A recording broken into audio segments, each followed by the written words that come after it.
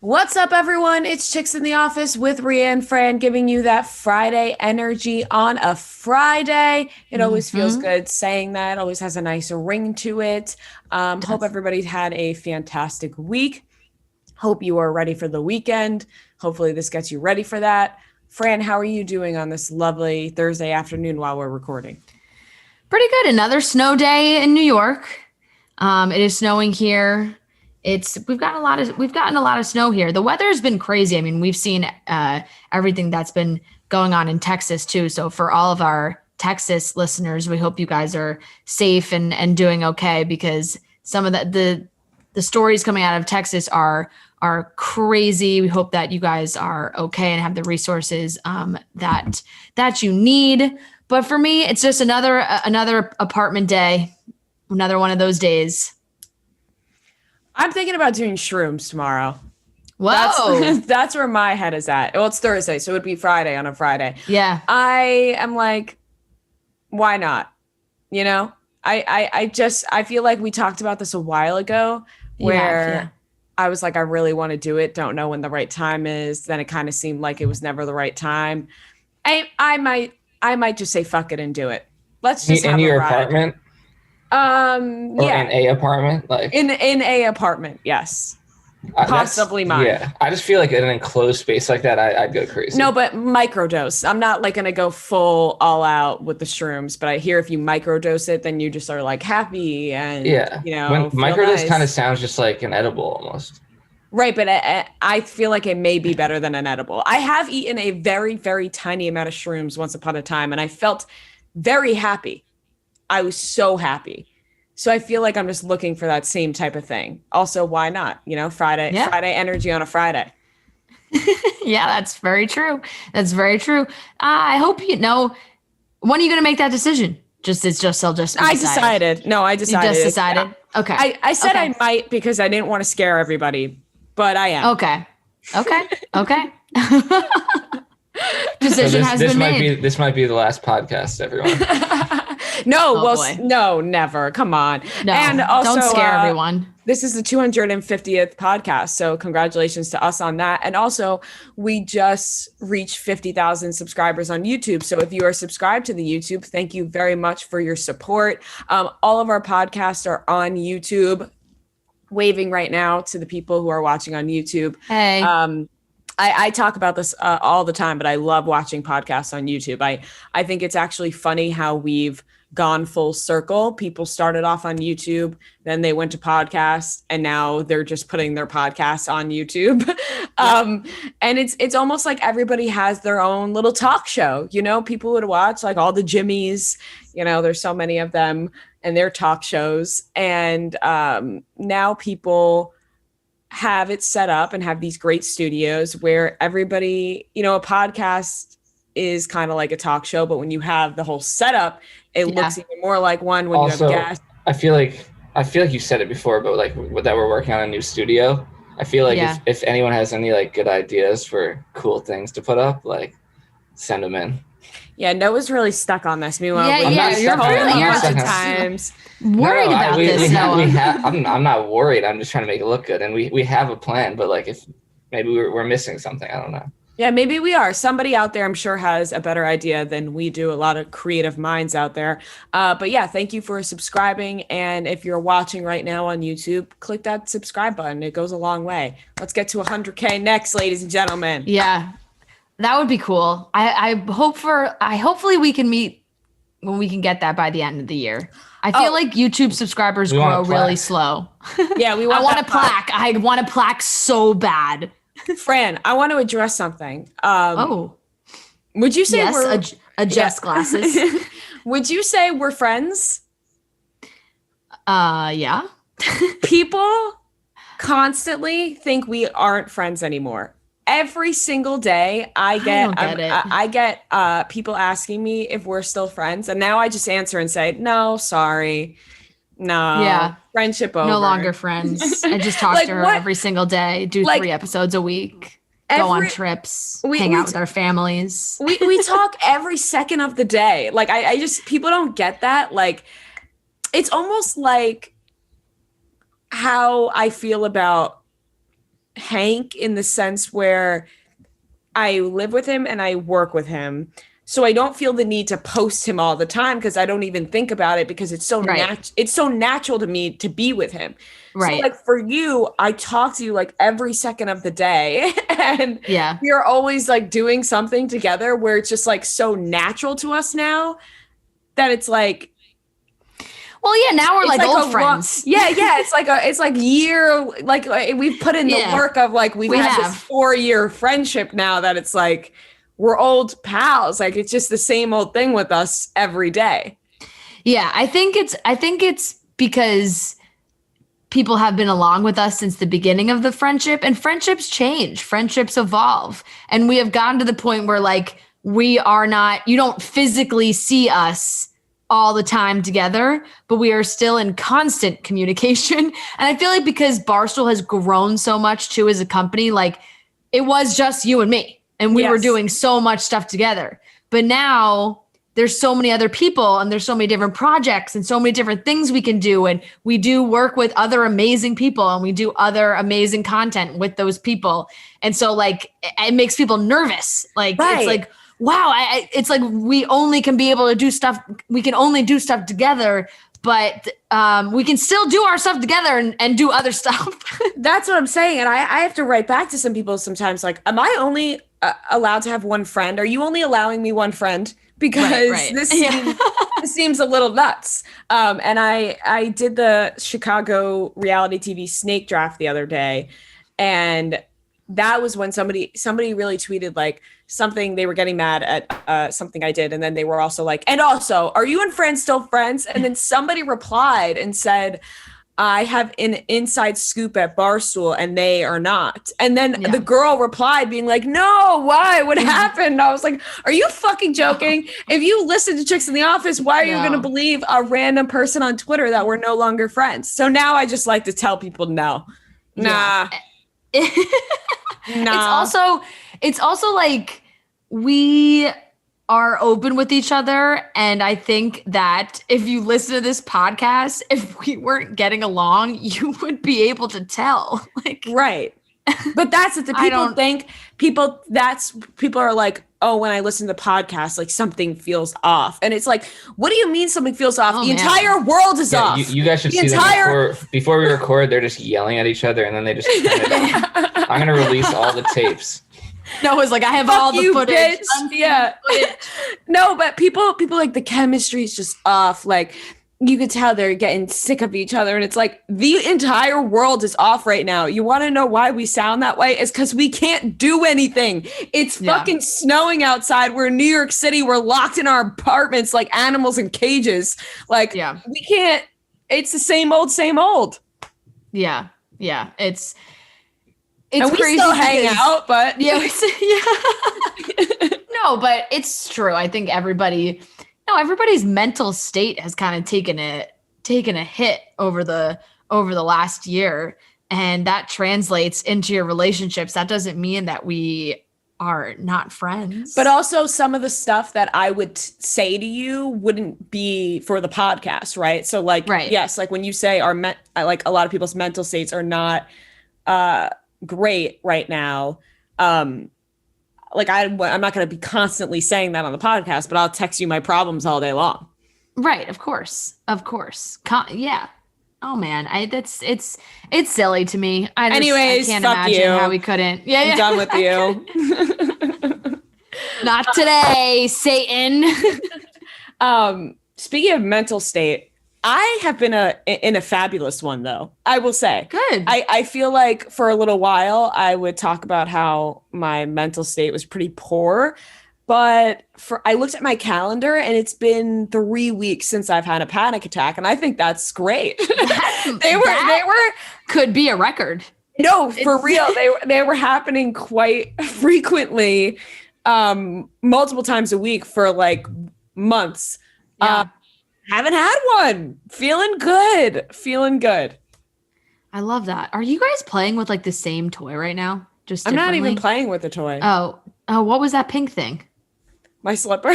Oh, it's your foot. Okay, it's your slipper. It's like a ball. Noah has a ball in his hand, and I was like, "Do you guys both have the same It's one of thing?" those like stress things. Yeah, no, those things are great. Yeah, Love those things. you need one of those. Oh, what do I got right here? I'm sitting this is the thing right now. If you're listening to this via podcast form, you're probably like, oh, I don't know what's going on. But if you're watching on YouTube, you're like, this is great visuals. Yeah. Should I light the cigar up right now? Rhea's sitting at Hank's You desk. should. That would be so funny. I'm gonna light the cigar right now. Have When's you the last ever time you had a smoked? cigar? Yeah. Have you ever had a cigar? Fran, of course. Oh, I love cigars. You know I my feel like family. I feel like Fran. True. Fran, do you I smoke feel like- cigars? I have never smoked a But I feel cigar. like Never? you don't inhale it, No. so it's like it's No, easy. I feel like my dad used to love smoke cigars. my dad used to smoke cigars all the time and then stopped. Like when it got to the age where like I could take a puff of a cigar, like he no longer smoked cigars. Like if they were in my house or around, but nobody in my family really smokes them. It's One fun year- like for a festive thing. Yeah, something trashy as fuck. My mom, who's obviously a sweet angel, and honestly, if you saw her, you would never think that she was a smoker. She used to smoke mini cigars instead of cigarettes, but like they were cigarettes. Now that's trash.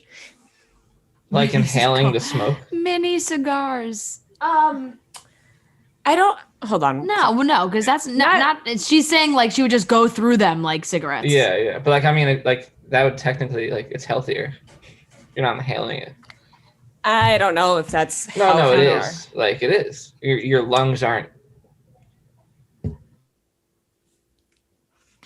I feel looks like this is ridiculous like because we're on Joe it's- Rogan right now. Yeah. This Let's is nice. let's not get our YouTube taken down. Oh, There's nothing somebody's at my illegal about door. cigars. No. I'm just because it visually wise, who knows what that could be. This looks unreal. Wait. I'm definitely gonna get like a call from my apartment. Like there's smoke emanating from your apartment. Oh, Is that a Cuban cigar? is it Hank's? Yeah. What if he was saving that for a big? Yeah. occasion? What if Hank was saving that for a special day? He wasn't. All right, ladies and gentlemen, Let's get into the topics. let's get into the top. Let's get into the topics. Oh Jesus. fuck! I gotta put this shit out, but that was Yeah. fun. You can't see the smoke, but I swear No. it's coming. Not a major hit if I've ever seen one. No, that wasn't good for the lungs. Okay. You know how sometimes that the smoke, like the smell is just ingrained in your brain? Like I just watch that and I can smell it. Like I know that I can't, but I feel like I can't. Hank's gonna come home and be like, "Why is there a lit cigar laying on my desk?" Yeah. Say, Yep. I had a long day, babes. Have you ever Hollywood. smoked a Had the long cigar and day. then like felt really nauseous? Like if you like smoke it the wrong way, you feel terrible. Like I've only maybe a little dizzy, but never truly nauseous. oh no, yeah.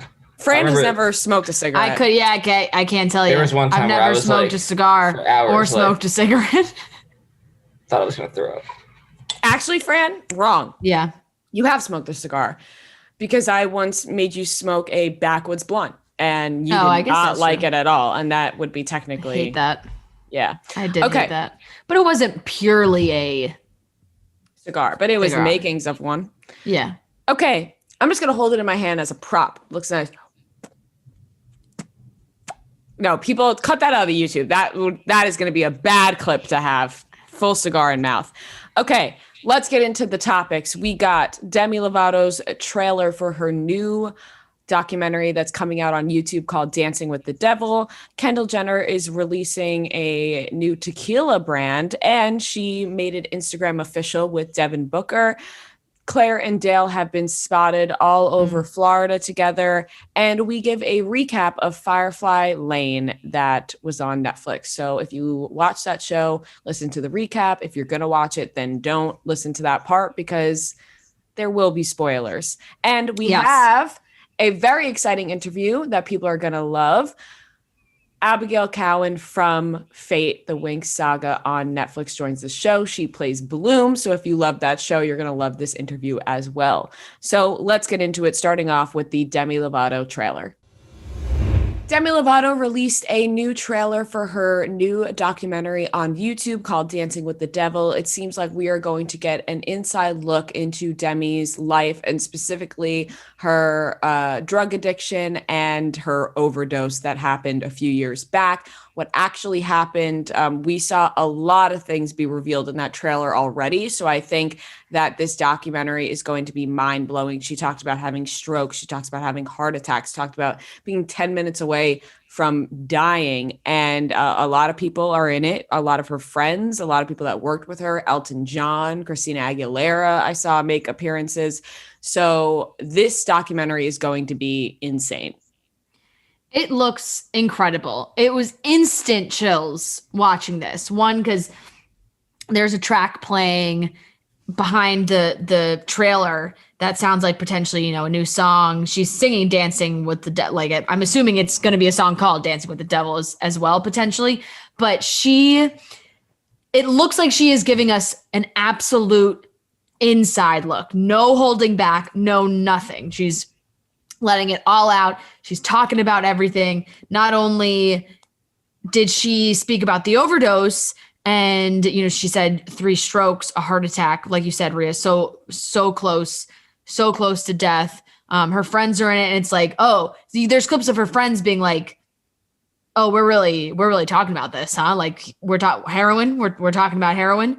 And even there's one clip of Demi too that was like, I'm just gonna say everything, and then we can take stuff out if we want to after. Like, we're putting it all out there.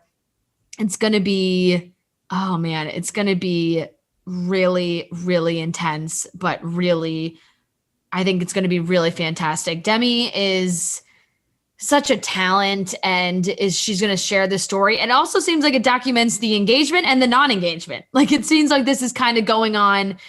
They've filmed up to like a very current point, because there was like a clip of her being like, I'm engaged. And then there was one of her being like, not engaged. So we're really getting into everything.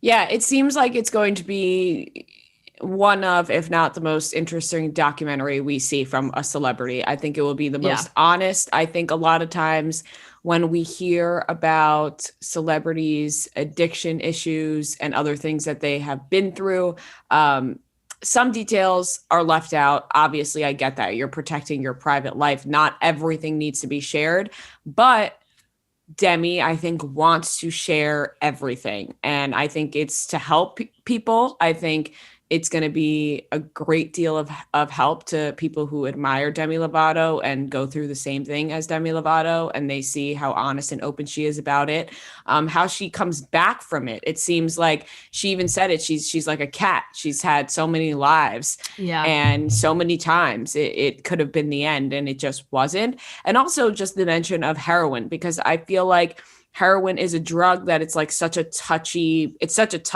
subject. People will talk about their coke problems and their pill addictions, and then heroin kind of gets left out of the conversation, whereas she had a heroin addiction, and a lot of people deal with that in their families as well. So I feel like that will be very, very interesting to see what is said, how it all started, how she first dabbled with that, you know, like it's always interesting to find out how people first get on to heroin. A lot of times you hear people get addicted to pain pills, and then heroin is like that next step after the pain pills because it's cheaper and gives you that same feeling.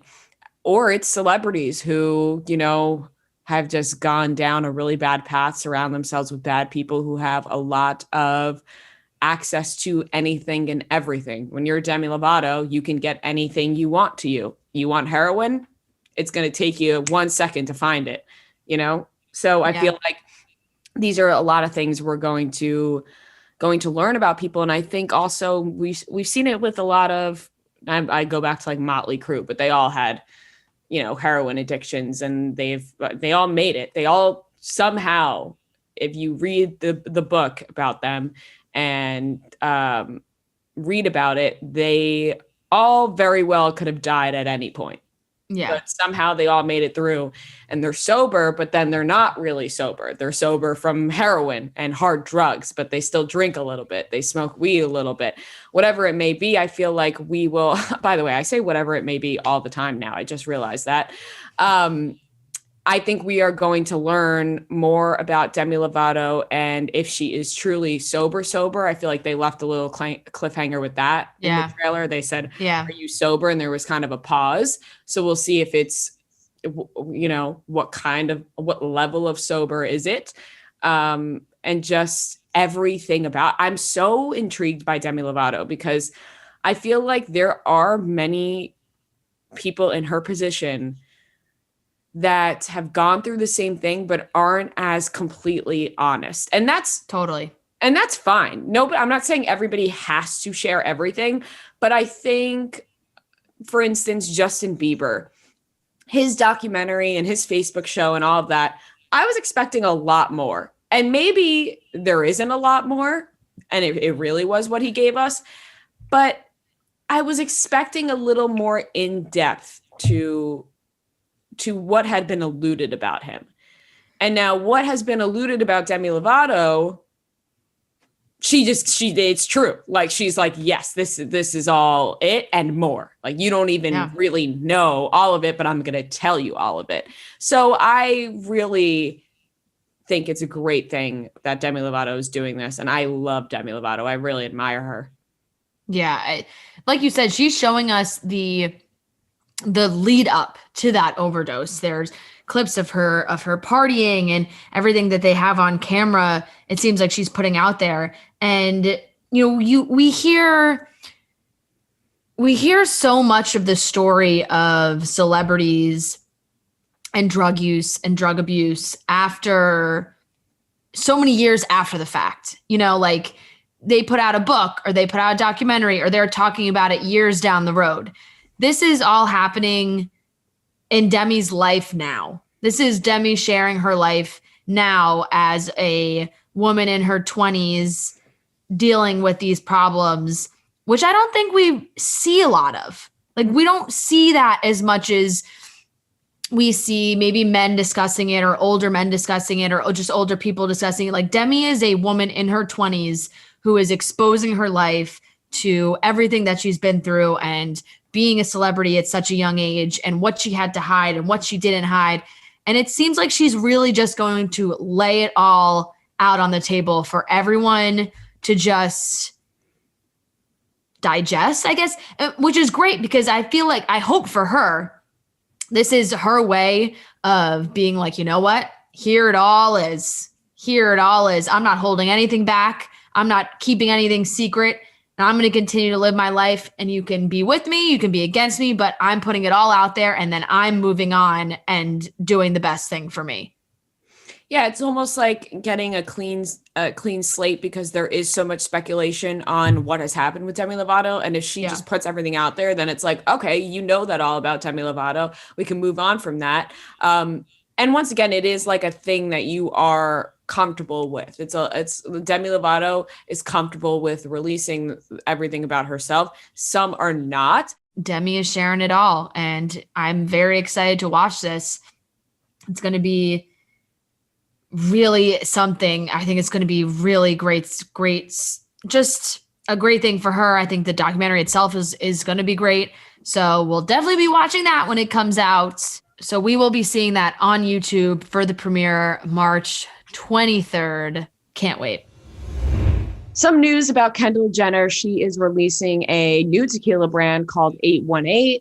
It has 3 different kinds of tequilas. It's been in the works for a while. People have been wondering which Kardashian Jenner was going to be the one to make the tequila. It's Kendall. And in the same thing, we'll just throw it in there with Kendall news. She uploaded a picture on her Instagram story of her and Devin Booker on Valentine's Day, making it Instagram official.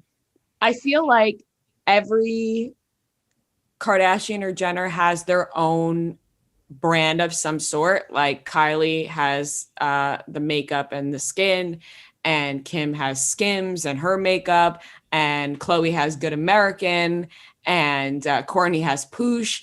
And it's always been like, what is Kendall's thing going to be? Right. And it's tequila. Yeah, she said this is something she's been working on for a few years now. You know, she's 25, so she'd said that she's been working on it for, like the last 4 years. So I guess since she was 21. She posted a bunch on Instagram about it. It's called 818 after, the area code Calabasas. And Kendall, it's we kind of knew that this was coming. I feel like there were a lot of hints that someone was creating a tequila company within this family. And of course, it's getting a lot of press. Anything Kendall does is going to explode.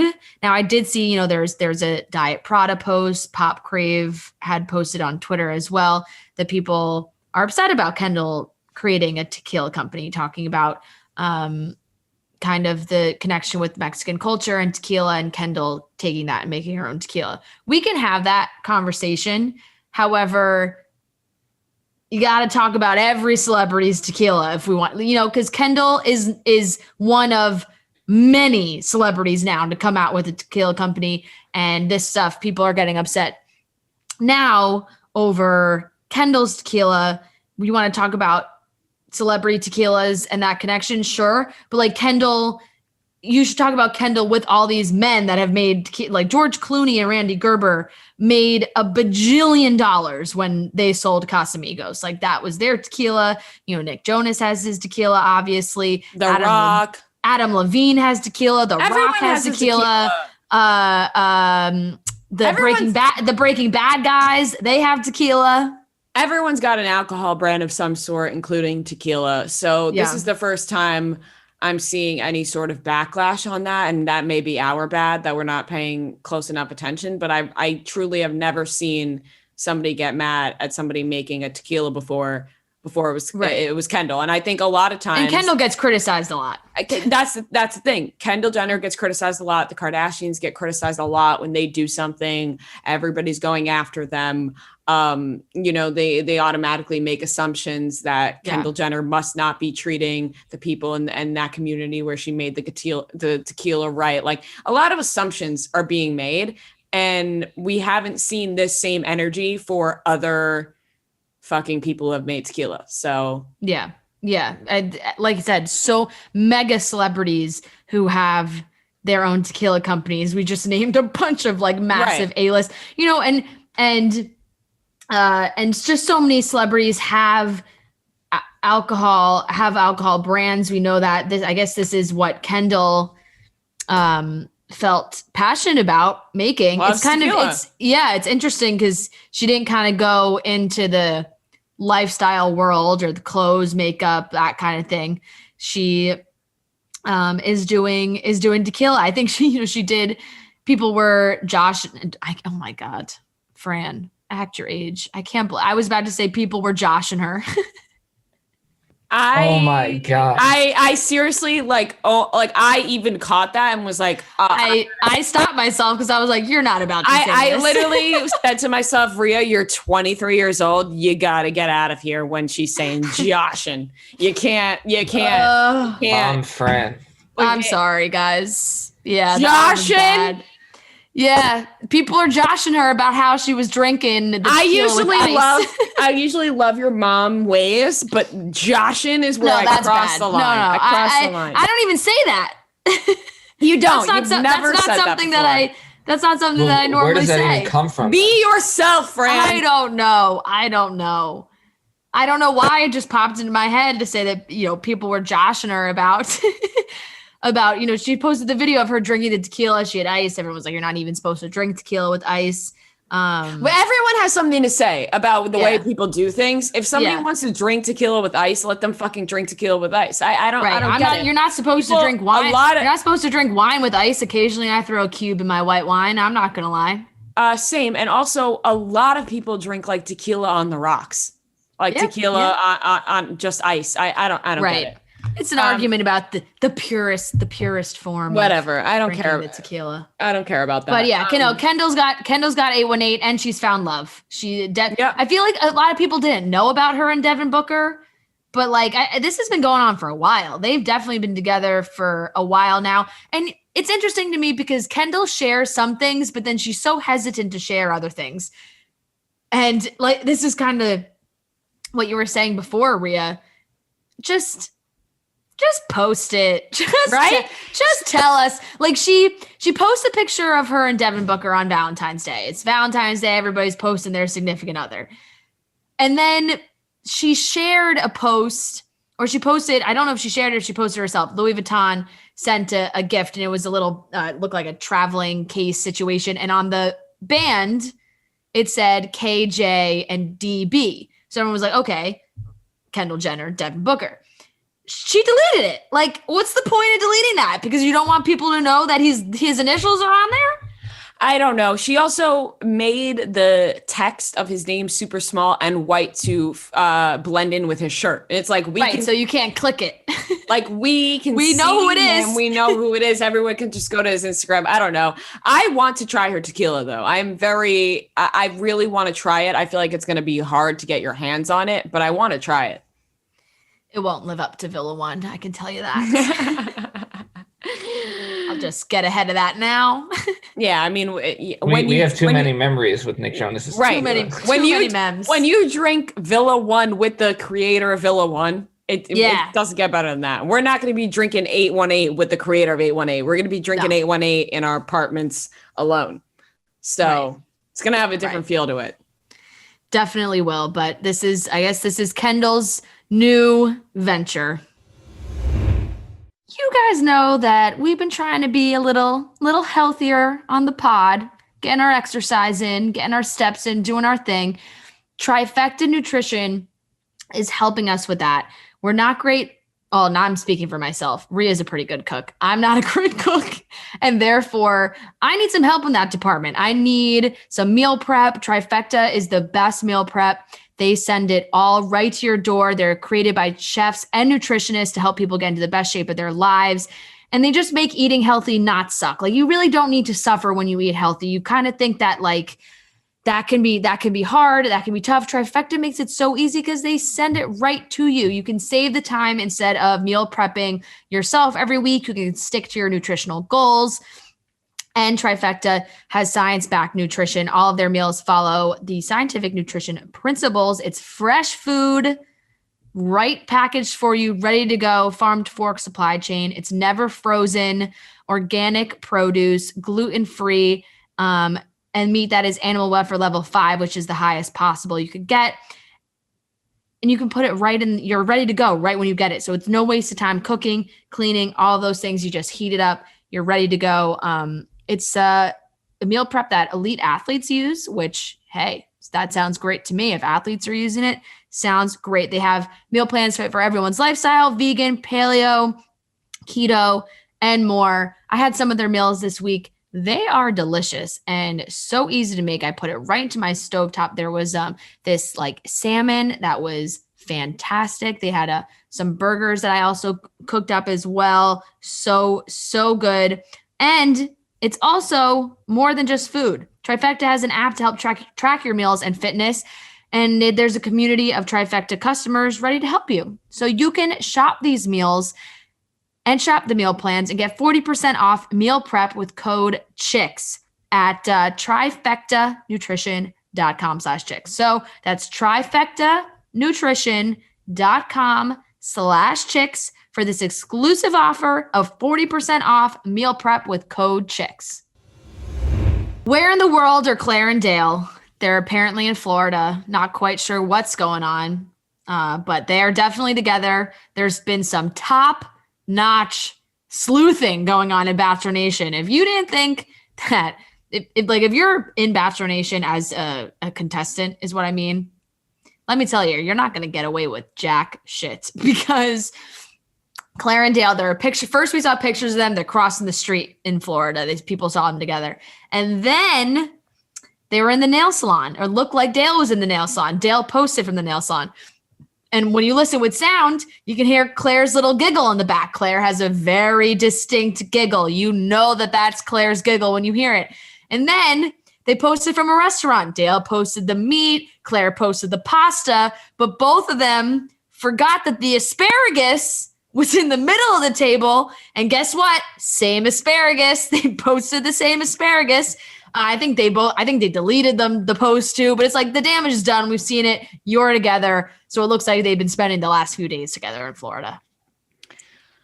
I do not care about Clare and Dale. I really fucking don't. And everyone just keeps, oh my God, Clare and Dale responded together. They are not gonna last. They already broke up. It lasted a fucking month or whatever it was. It was probably longer than that. They were engaged, and that was that. Now they're back running around. Listen to me, and listen to me very clear, people. If you think Clare and Dale are going to be together and last, you're so fucking wrong. And that's just a gut instinct. Yeah. That's a gut instinct. I'm not hearing great things about either of them, and I don't think it's going to end well once again. Yeah, the pictures definitely had everyone freaking out. What's the word? The conspiracies in the Bachelor world go so deep where it's like, oh, Clare and Dale got together to take away from the scandals happening on The Bachelor. Like, it's like, I don't know if we need to, if we're going that deep. Clare and Dale got together. They're talking. They're hanging out. Who knows what's happening between them? But it's just funny because these couples really can't get away with anything without being seen. The same goes for Peter and Kelly. You know, they're both in New York right now, and they're doing the same thing. You know, Kelly posted from a restaurant. She tagged the restaurant she was at. People saw that Peter posted Dustin on his story, and Dustin was behind a very distinct work of art. People Googled the restaurant that Kelly posted. Guess what's there? The piece of art that was on the wall behind Dustin. So it's like, okay, all three of them are clearly together in this restaurant. It's crazy. You can't get away with anything. You want to you can't post. They're setting themselves up every time they post when they're in the same place. Why do people even care about these couples? Like, I get it because it's if you yeah, everything The Bachelor and Bachelorette, you want to see the drama, you want to see what happens with these couples, but like Clare and Dale and Kelly and Peter, like, come on, Kelly and Peter, yeah, Kelly and Peter. Let's have higher standards. Like, let's not care about Clare and Dale and Kelly and Peter. And I know people are going to, and of course, when you guys are all texting it about it in our Bachelor group chat, I'm scrolling through, I'm looking what's going on. Yeah, whoa, Clare and Dale. But at the same time, like, people really invest their energy into these two couples way too much, in my opinion. Like, there are other couples out there that I get where I'm like A$AP Rocky and Rihanna. I'm like, that couple I need to know about. But I think it's because like we all invested like months of our lives like with these people, and now it's like you kind of just have to see it through. Yes. That's a good point. You do want to see it through. You do want to see what happens, but you see it through to a certain point.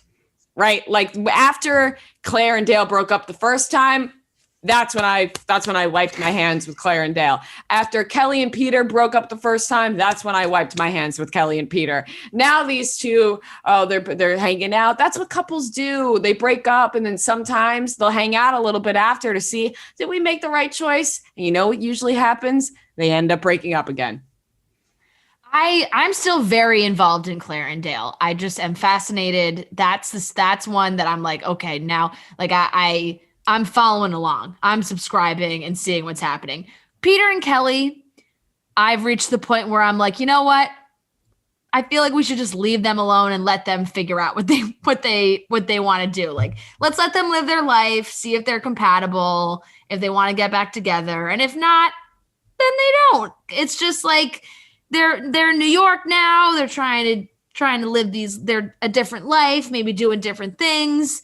So it's like, okay, maybe they work it out, maybe they don't, but definitely, yeah, I think, and maybe it's just time wise, a lot more time has passed with Peter and Kelly that I'm just like, you know what? Let's let these two kids live their lives. And Clare and Dale, I'm still too invested in at this point. If some crazy shit comes out about Clare and Dale, then I will be invested. Like, if there's some good drama that comes out about the two of them. then my ears will perk up. But just seeing them together, right? I'm like, eh. Right. They're talking. They're talking. That's all. Right. That's it. Yeah. So yeah, we'll see. All right. While everyone's here, I'm just gonna give just a little. Aww. Cute. Norman is sleeping like directly under Rhea's feet. Just wanted to give the viewers Very of YouTube sweet. a little view. Very sweet. The little cutie. I know I tried to, just in case there, just for the people just listening, that there wasn't just a awkward, hey guys, got something to show you. Silence. It's very cute Norman at Rhea's feet. This week, we both watched Firefly Lane, latest show on Netflix. All the people are talking. It's Katherine Heigl, back on TV. I can't get over this. I'm trying to do this intro, but Norman is straight up asleep on Rhea's chest. It's so This is cute. the type of exclusive content that you'll see on YouTube. Yeah. Yeah. Oh, man. It's very soothing. If you want a calming visual, this is definitely it. Okay. Firefly Lane blew up. Now, I think that I enjoyed the show. It is a book, a Kristen Hanna novel, and she's fantastic. I have read The Nightingale. I read The Great Alone. Amazing books. I have not read Firefly Lane. But it's weird because I think a lot of people are talking about it and a lot of people liked it.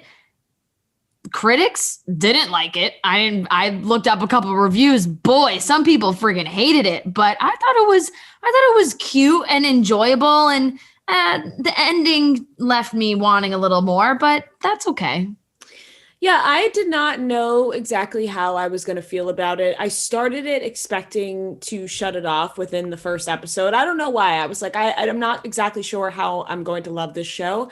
I ended up watching it in a day. I loved it. I really was locked into it. I think that they did a great job showing the time lapses. They would go from when they were kids to when they were young adults, to them starting off in their jobs, then to present day, and present day meaning 2003, because somehow they revealed at the end of the show that this all took place in 2003, which was just odd. Like, I thought it took place now, but that's besides the point. What? They didn't reveal that at the end of the show. We knew that from early on. They said the year it was.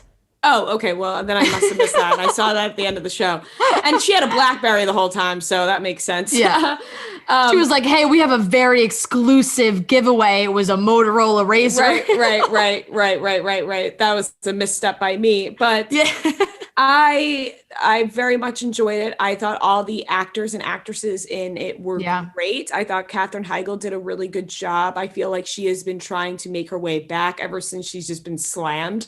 Like, people just assumed Katherine Heigl was a huge bitch after the Grey's Anatomy thing. And then, the reputation that she got on sets of movies, people would talk about. And so I thought she did a really great job. I hated the ending.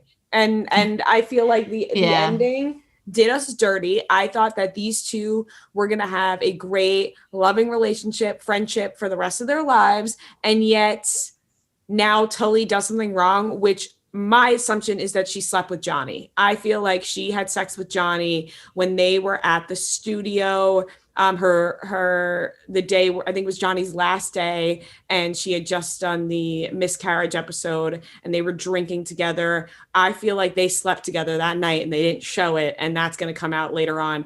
I don't think Johnny died. I think people got confused when they said Bud's funeral. Bud is actually Kate's dad. So that's whose funeral it was, not Johnny's funeral. So I feel like they left us on the worst cliffhanger imaginable. Like, how was that allowed? Yeah, it was a big cliffhanger. And it's hard. It's really hard because when you have shows that are based off books, people expect it to translate, like be the same story. I haven't read the book. I'm going to read the book. However, I did look up. I'm going to read the book anyway, even though I just needed to know what happened. Like, I finished the show and was like, I got to know what happened in the book and why people are pissed. Because like people are like, the book's so different than the show. I gotta know why. I'm not gonna say what the difference is, because for those that maybe want to read the book, or the thing is like, if you know what happens in the book, it could potentially spoil what happens in the second season. Like, if that makes sense. Like, the book gives you a fuller picture of the story. And if you just watch the TV show, then you're left on like a big cliffhanger that you kind of could know what happens you could know what happens if you read the book. But that's if they stick to that storyline. They could change it. They could make it something else. And so from the viewpoint of the people who love the book, I can totally understand why maybe you didn't like the show, because just from me reading like the differences, I was like, well, geez, they changed like major points, points.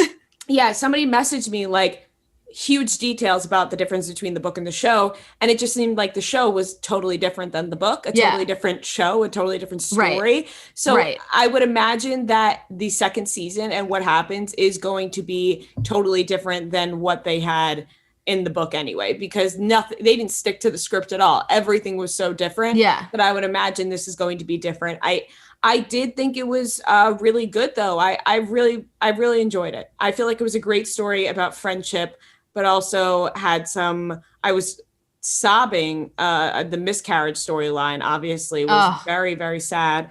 And there a lot of tears. When I cried the most? What? The dog. When I cried the most? The dog. Yeah, the dog. Oh, I was bawling. You can't give me the putting down the 14-year-old golden retriever. Oh my! I saw Noah didn't even watch. She just hears me say that. Nope. I was sobbing like a goddamn baby. That just makes me think of Marley and Me. A movie I have never seen and refuse to watch for that reason alone. I was absolutely sobbing, but I really covering Norman's ears. Yeah, don't let him hear this. But I did like the time hops. I don't think the time hops another thing that I don't think happens in the book, but they did it pretty seamlessly. I saw people complaining, saying it was like jumbled, but I felt like they connected a lot of the like past storylines, like connected into the older storylines, and it made sense. Now, anytime you have older women playing their younger version of themselves, it can be kind of cheesy. The 80s version of Kate and Tully, you're like, okay, obviously these are the same actors. They give them that whole like airbrush treatment. Sometimes I'm like, you know what? Why wouldn't you have and I get why you wouldn't have it. Katherine Heigl and Sarah Chalker are the stars of the show, so you want them in it more. But the younger version, the teenage version of Kate and Tully, like that visual makes more sense to me with them being like in their early to mid 20s than it does the older actors playing down. Like, I'm like, well, why wouldn't you have those play that timeline? And then obviously the older ones play like current time when they're 40 and 43. But I get it. They're the stars. They're the main reason to watch a show. So you give them more content, more role, more lines. That was a huge problem within the show. And not just that, the mom, Cloud. Right, yeah. Tully's mother. Yeah. When they made her older, terrible. It was disturbing. She looked like a witch. Disturbing. Like, I don't know what they were thinking. Why wouldn't they cast an older woman to play this role? Yeah. It was scary. It was just straight up scary. The makeup was so poorly done that I literally had to turn on iCarly after, because I was so scared by what her mom looked like as an older woman that I had to put on something that would make me feel less scared. Yeah, it was tough. They definitely could have just gotten an older actress to take over for the older version of Cloud. They instead made a woman who, I believe that actress is like in her late 30s. And she's beautiful. And they made this beautiful woman into this old. It was hard because like she looks so young that it did not like the older version of her did not translate because it just looked like makeup. Like it looked like bad costume setup. Like it looked like you were looking at a woman playing the witch in like Snow White. Like, you know, like it looked like she was dressed up to play the role of an old lady, not actually look like an old lady. So yeah, that definitely didn't work. There was a lot of very cheesy moments. I really just want the best for Kate and Johnny. Like, I just need that to work. I just don't think I don't think Johnny is all in on Kate, and I don't think he ever has been. I think that Johnny wanted That's true. Tully. That's definitely how they showed it. I think Johnny wanted Tully and settled for Kate. And then... Oh, really? No, I know. It sounds crazy, but that's how they portrayed it. It seemed like Tully cut things off with Johnny, and then he started pursuing Kate. It wasn't until Tully cut things off with Johnny that he started pursuing Kate. But then, yes, of course, he liked Kate. He married Kate. He had a kid with Kate. But I feel like that feeling has stayed with him forever, that crush on Tully that he's had.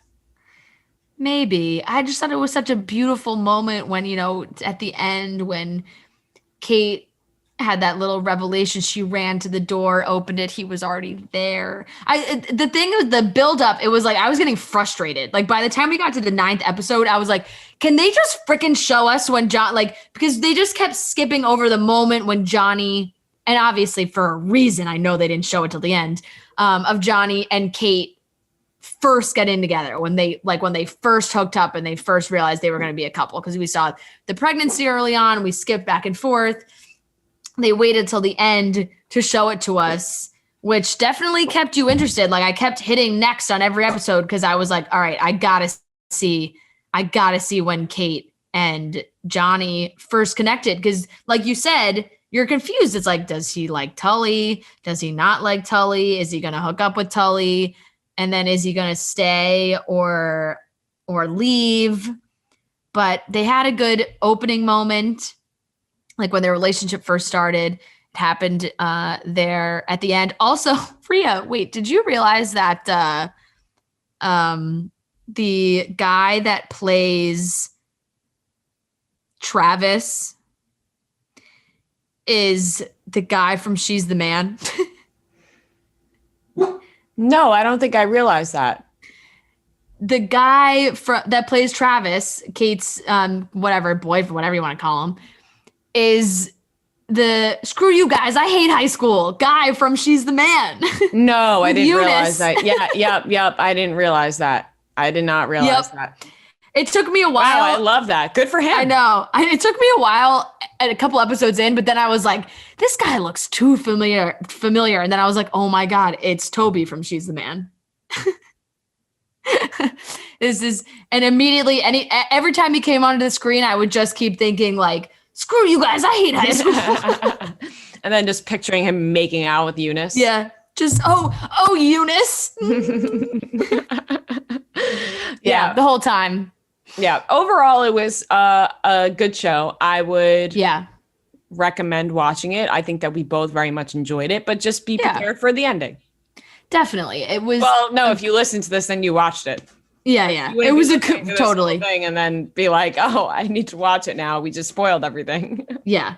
It was definitely a good, cheesy, like soapy show that I liked. It reminded me, if you watch Sweet Magnolias, it reminded me a lot of Sweet Magnolias in a little bit of a more dramatic sense. Like Sweet Magnolias was a little more cookie cutter in a very sweet way. Loved Sweet Magnolias.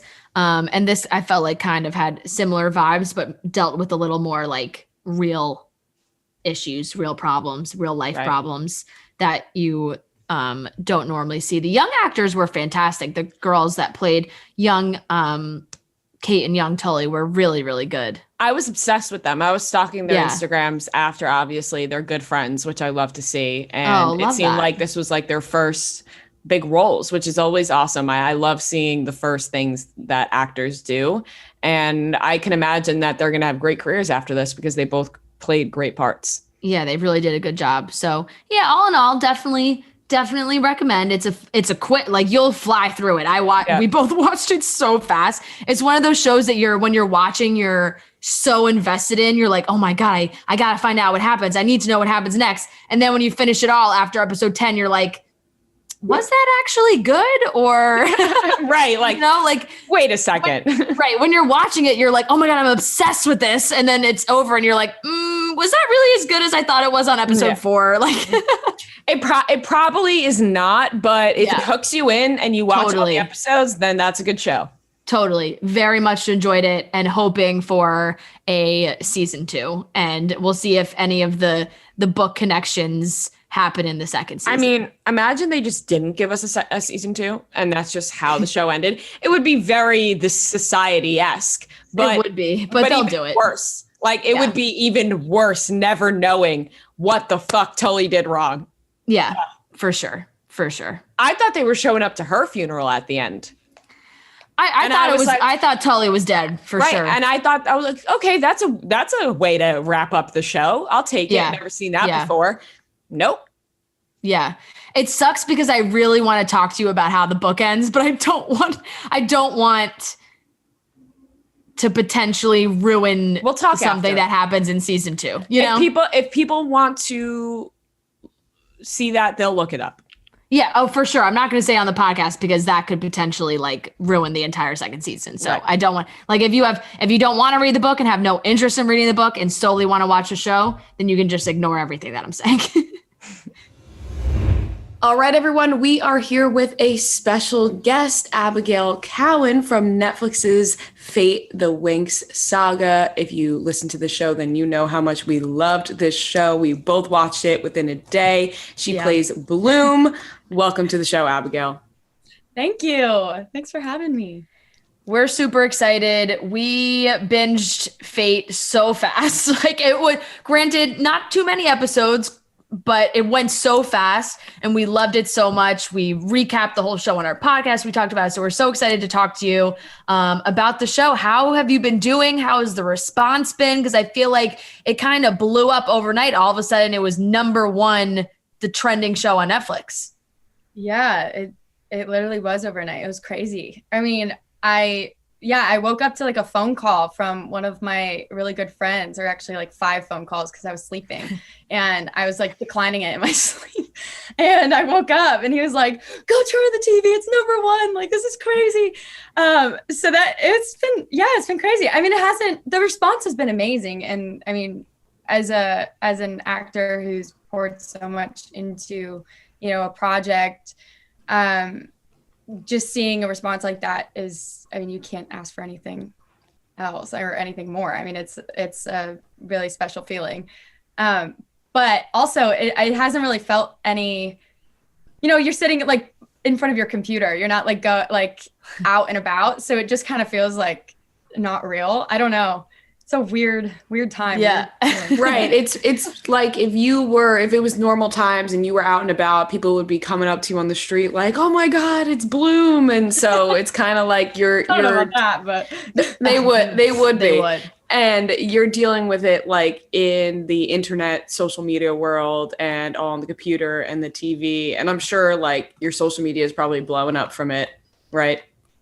Yeah, that's probably been the one part where I've seen it kind of change. Yeah, it's definitely. You had I didn't see the original number, but now you're like almost at 2 million Instagram followers. So I feel like do you feel any pressure now? Because I think it's like Instagram can be so fun, but now it's like, well, now do you change what you're doing because there's so many followers? Because your posts, you're very open with your Instagram. Like you're very funny. I feel like you post like your family videos. Like it's not just all, glamour shots all the time. Right. I'm not changing anything. No. Yeah. I probably should. I don't really know. Like I think about that too. I'm like, is this the time to like try to be all, make your brand or like do your be professional on there. But I'm like, screw it. I don't know. I'd rather just post stuff that I want to post and like stuff that I think is funny. And like, if people don't want to see it, then they can unfollow me. Like, I don't know. Yeah. I also feel like it's really important because exactly what you said, like, I feel like I was actually having this conversation last night with a friend, and I feel like it's so common now. Like everyone is, I mean, we're all always on our phones and we're living through a screen and seeing other people's lives. Like you're not supposed to see into people's lives all the time. That's just not healthy. And like on top of it, people are pretending. They're putting like, which is, I mean, post your glamour shots 100%. You do you, feel you. But like if it's like all the time, like look at where I am, look at what I'm doing, my life is perfect, I never cry, I never anything. Like I feel like it's it can be toxic for especially young people to look at and like aspire to have a certain life that's not even real. So I mean, right. I do feel like it's, to answer your question, I think that was your question. I think, yeah. Or I just went on a tangent, but no, you're right.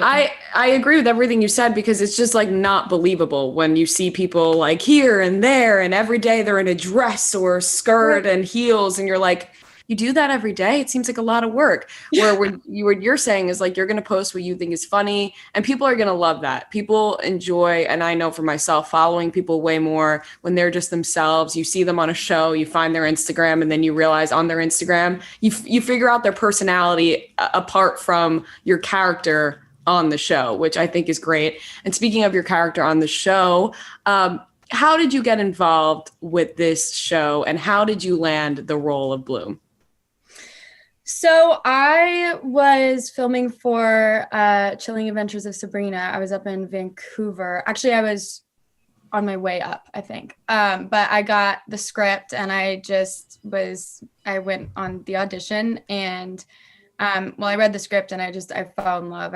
I just really loved the whole element of 5 female leads that are just badasses, and I always love a magical element to things. So I really connected with it. And then I went into the audition room right before my flight to Vancouver. So I had this, like, I was going to be gone for, I think, like 3 months. So I had this giant suitcase and I just kind of stumbled into the audition room because I was Ubering to my audition and then to the airport.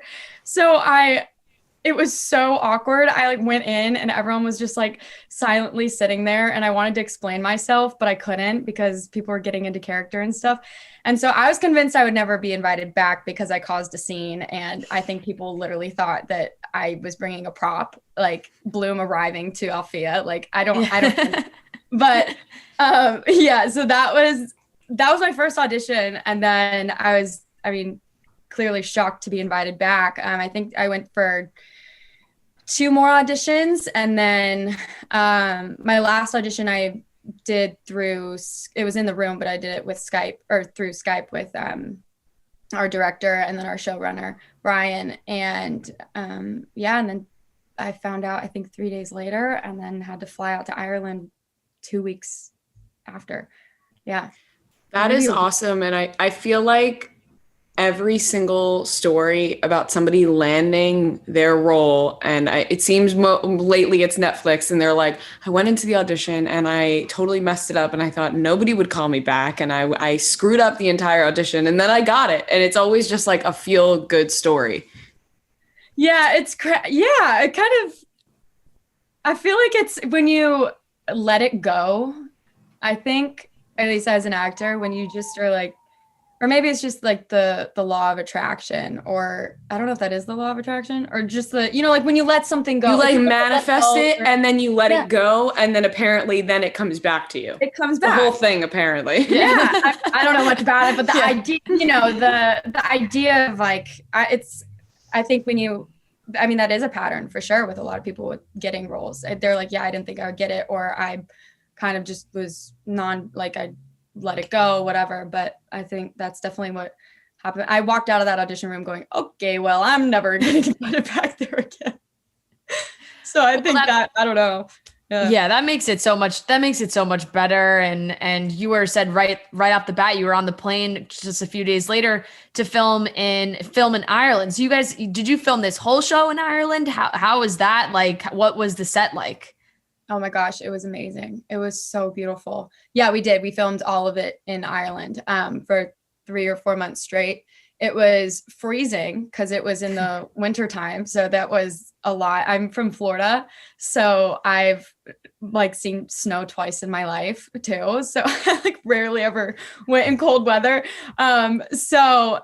But yeah, I mean, it was amazing. It was the most beautiful scenery, the most amazing locations. We filmed in like when we would be on location outside of the studio, it was just like these rolling hills and green, like, oh my gosh, I miss it. It's the most beautiful country ever.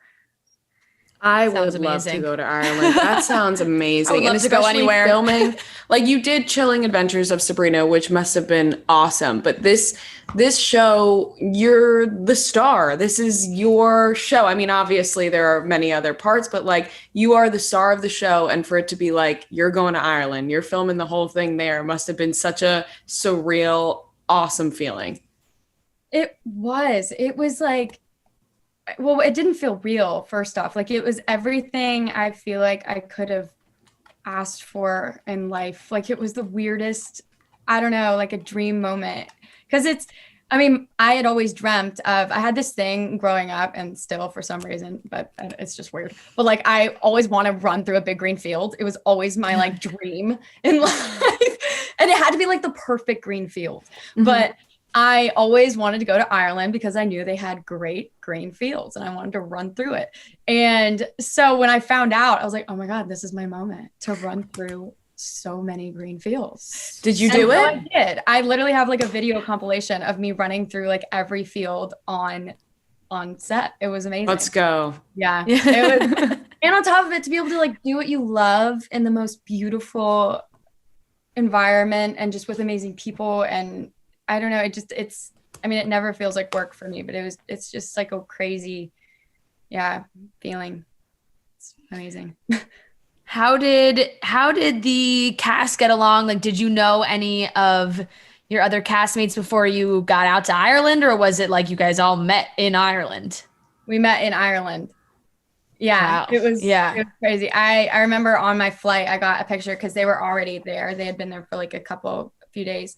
I was the last to arrive, but I remember I think I still have this photo, but like they sent a picture, the 4 girls sent to me, and they're like, can't wait to meet you. And it eased my nerves so much, like coming into a new environment. And it was just, honestly, it was like the minute we met, we just hit it off, and it was like we had known each other forever. It was just a weird, kind of a meant to be moment, I feel like, because it's not always you get that kind of chemistry within a cast. Right. Yeah. And it's almost like, you're all in Ireland, you got this awesome show, so the vibes are just right. It's like we're just destined to become best friends at this point.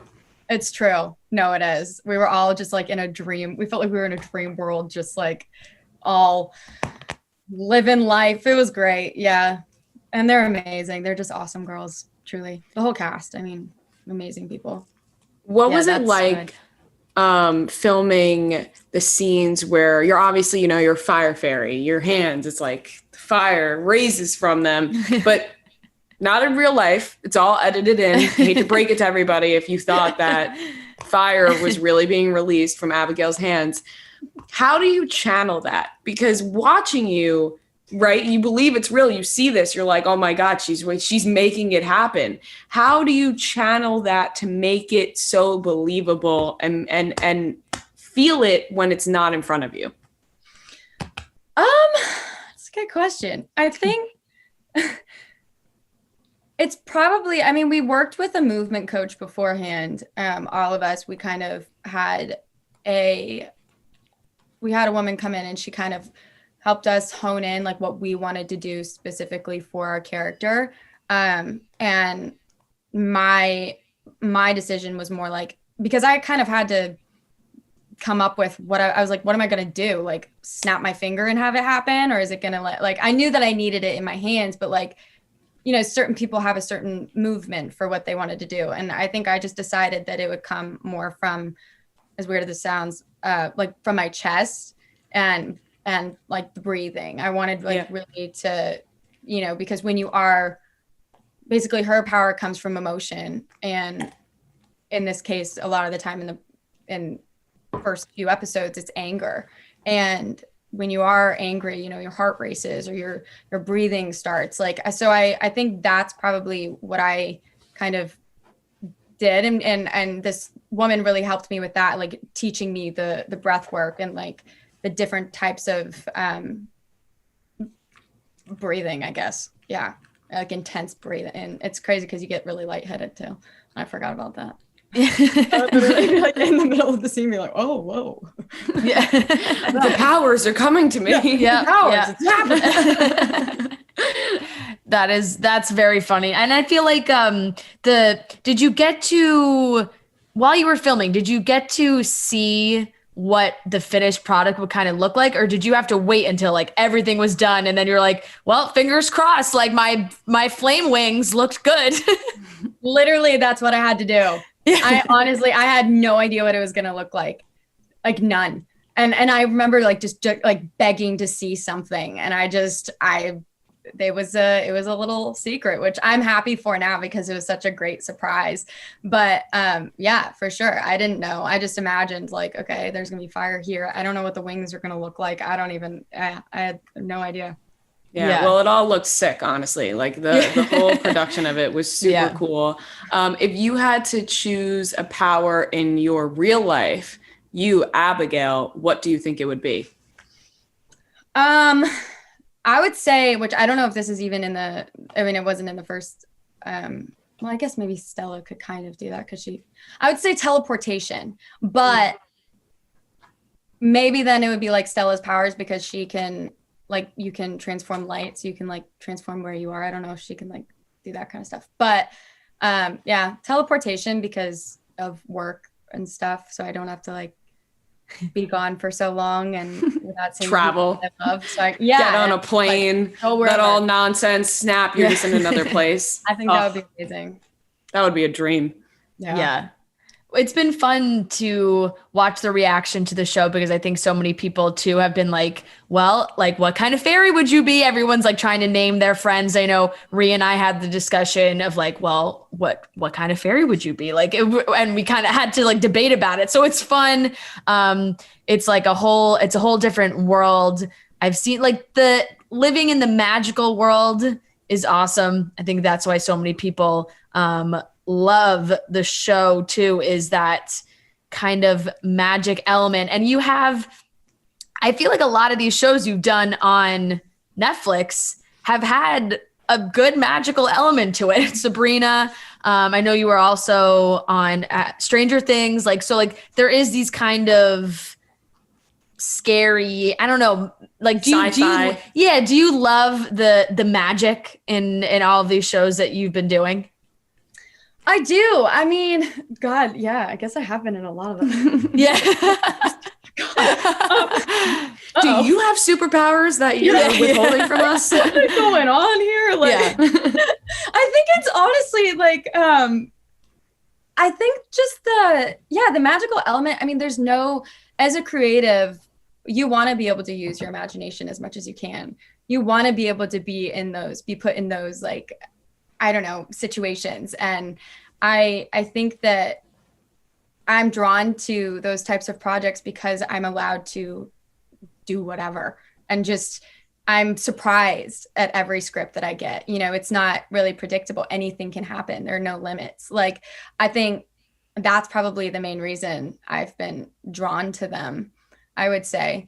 And I just love, I mean, I have a huge imagination. So it's like you get to, I mean, especially, I mean, as an actor, you get to do this, but especially on a magical kind of fantastical project, you get to use your imagination to its full extent. I mean, it's so fun. I love it.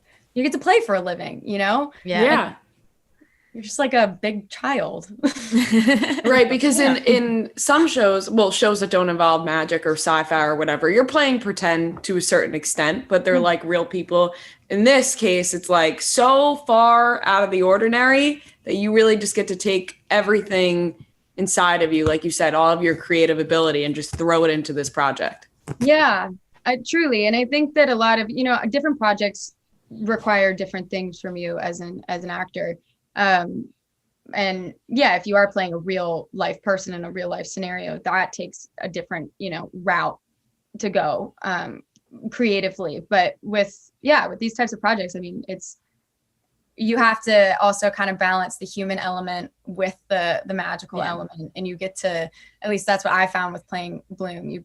I got to do both, and it was really, I mean, that's really fun to play a real life teenager, and then because she is going through real life situations and real life emotions. And I feel like Brian, our writer and showrunner, did such a good job of portraying that in the writing for these girls, showing the good, the bad, the ugly, showing the things that real teenagers go through, and the emotions and the ups and the downs and the insecurities and the romance and the friendships and the betrayals. And I think being able to balance that while also being able to do magical stuff it's awesome. Right, because it's like, we can't relate to the magical stuff as much as we want to, but there are so many elements to the show that you can relate to. Like you said, the friendships, the love stories, the family aspect, Bloom and her parents. It's something that people go through in their real life. So it's like when you watch that, or like a young girl watches it and she can just fully dive in and be like, you know what? I'm struggling with my parents, but also maybe I have a superpower. So it's like the best of both worlds. She tries to like set stuff on fire, and she's like, maybe I'm just a fire fairy. Yeah, we'll see what happens. Finally makes sense. Yeah. What is it like working with Netflix now? Because you've done a few shows under your belt with Netflix, and I feel like once you get into the Netflix family, it opens up so many other doors for other series and movies. So how are you enjoying that?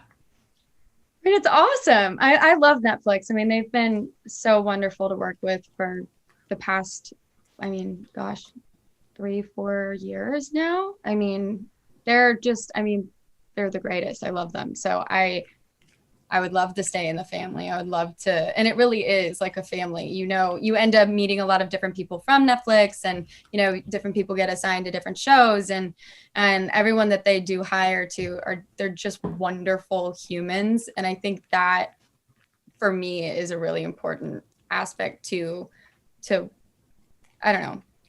this industry and to work in general. I love being able to meet just like wonderful people and kind, loving, hardworking, creative people, and that's exactly the people over there. So I mean, it's awesome. I mean, it's a cool feeling, and I can't believe I get to kind of be a part of it. It's crazy.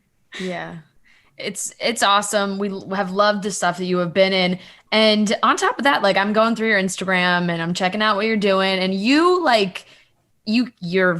can sing, you can play the piano, like you can draw. Like I was like, what can this girl not do? So the music, dance. All right, perfect. All right, she has a flaw. Dance. Yeah. Okay. But you can always learn. That's true. That's what I don't know about that. That's what dancers say. You can probably dance, can't you? I can't dance, so I agree with you. You can. Rhea can dance. Yeah. I'm not the worst dancer. I'll say that. Okay. You can see, people who can dance are always like, you can learn. It's like, no, you don't understand. Yeah. My body just, move awkwardly. Like that's what Fran says to me all the time. She's like, I just can't do it. It's not in the books for me. I'm sorry. Like it's yeah. Well, I can't sing, and you certainly can sing. Is the music something that you would want to pursue it as kind of like in a music career type of way, or is the music kind of like a fun hobby sort of thing? As of now, it's more of a hobby because I am so kind of, busy with the acting side of everything. Music to me though it's a huge thing in my life. I mean, it's always been. I've been playing piano since I was really young. I quit lessons though, like after like 4 or 5 years, so I don't actually like play. But I would love to eventually do music. I mean, that's definitely a dream of mine. I would love to do both. I mean, that to me is like the ultimate dream, but I also am just now, like, I can act in front of people all day long, but for some reason, music for me is so much more daunting and scary.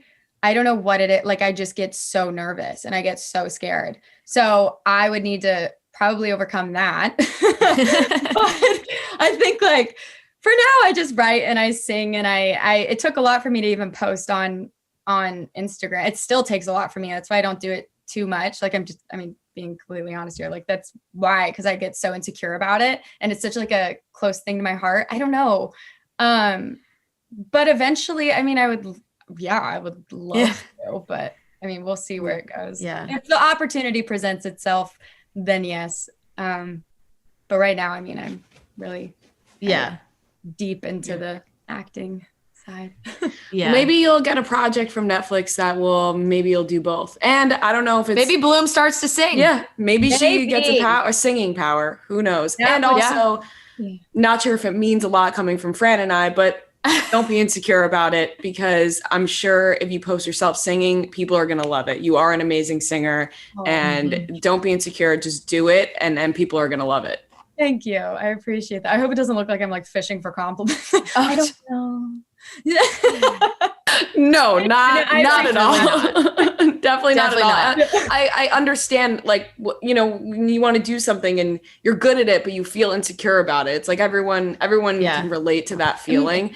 Music is so personal. It is. It's like this emotional, especially if you're, and if you're writing your own stuff, or if you're like, it's a real, I don't know. I think that's what it is for me. Like, pulls at my heartstrings, and then I feel like I want to cry in the middle of a song. And then I'm acting is like playing pretend, and music, especially your own song, is like your own self, your own person. So it's totally, they're kind of on the opposite ends of the spectrum a little bit. Yeah, exactly. Right. Yeah. Someone pointed that out to me too. They're like, that's probably what it is. But then I have friends who are musicians who are like, I can sing in front of people all day long, but then if you ever put me on a set having to act, I would like freeze. Yeah. Like melt. And that's how I feel if I were to get on stage and sing in front of people. I don't know. I think I'll get over it one day, probably. I don't know. Exactly. If I were to do a film where I could sing, I feel like that would be the safest bet. Mm-hmm. When the right role lands on your lap that has you singing, you'll be able to get up in front of everybody and do it. To wrap up, I want to know if you have a favorite show on Netflix besides your own. What if I said that? Myself and I. I respect it. God. I've been watching, is it on Netflix? Schitt's Creek. Yeah. It's not is it a Netflix? I don't think that's a Netflix. It is not original. It's not originally Netflix. It's not originally Netflix, but it is on Netflix. It's on Netflix. Yeah. Schitt's Creek. So I had a dream about Schitt's Creek last night. Yeah. I just remembered that. Schitt's Creek it's a soft subject on this show. It's a soft subject on this show. Fran and I, we both didn't understand it at first. We were like, I don't understand why everyone thinks it's so funny. Then Fran, she just totally blindsided me one day and was like, I love this show so much. I don't know what happened. I gave it like a fourth chance. Yeah. And now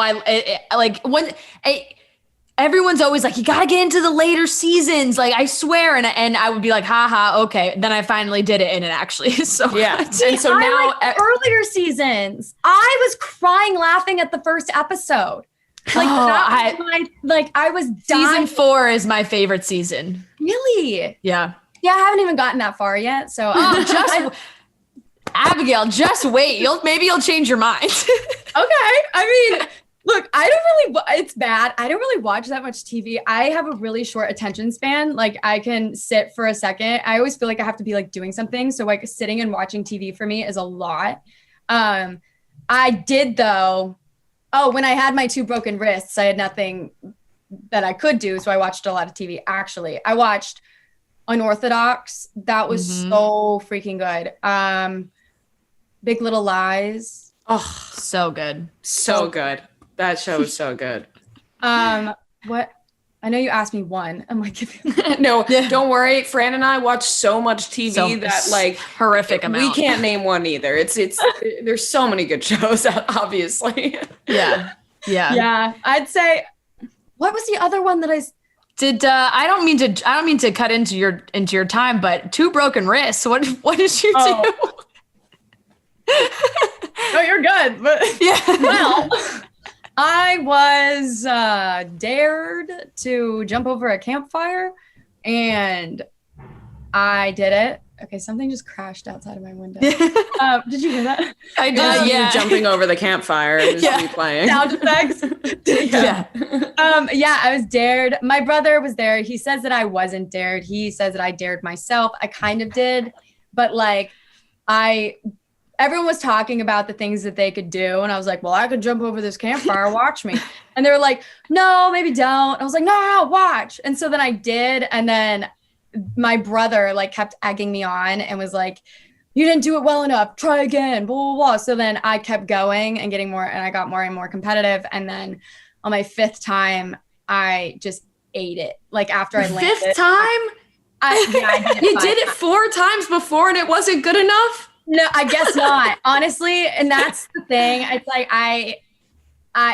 it was all my fault. All my fault. I own it. And honestly, like it's a funny story because I would do that to myself. So yeah, 5th time, unfortunately. I learned my lesson though. I won't be doing that again. And then I had to get surgery on this one. And then I was in a brace on this one. And I literally you know what? Well, that explains all the TV. Good story though. Yeah. It's my life is interesting. I get myself in really bad situations. It's just it's been like this my whole life though. Like I'm always injured. It's fine. It's the only fun way to live. It is. I live life on the edge, you know. Sometimes it puts me in the hospital. Other times you have a great time.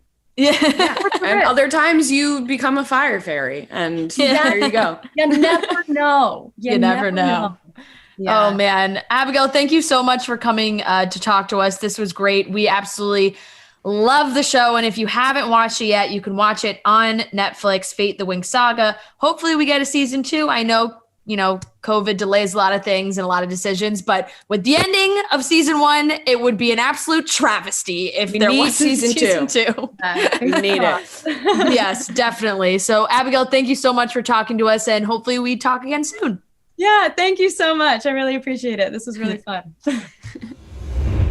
All right, that wraps up today's episode of Chicks in the Office. We hope that you had a great week. We hope you had a fantastic weekend. Remember, if you're watching on YouTube, hit that subscribe button so you can see more visuals of us and of Norman.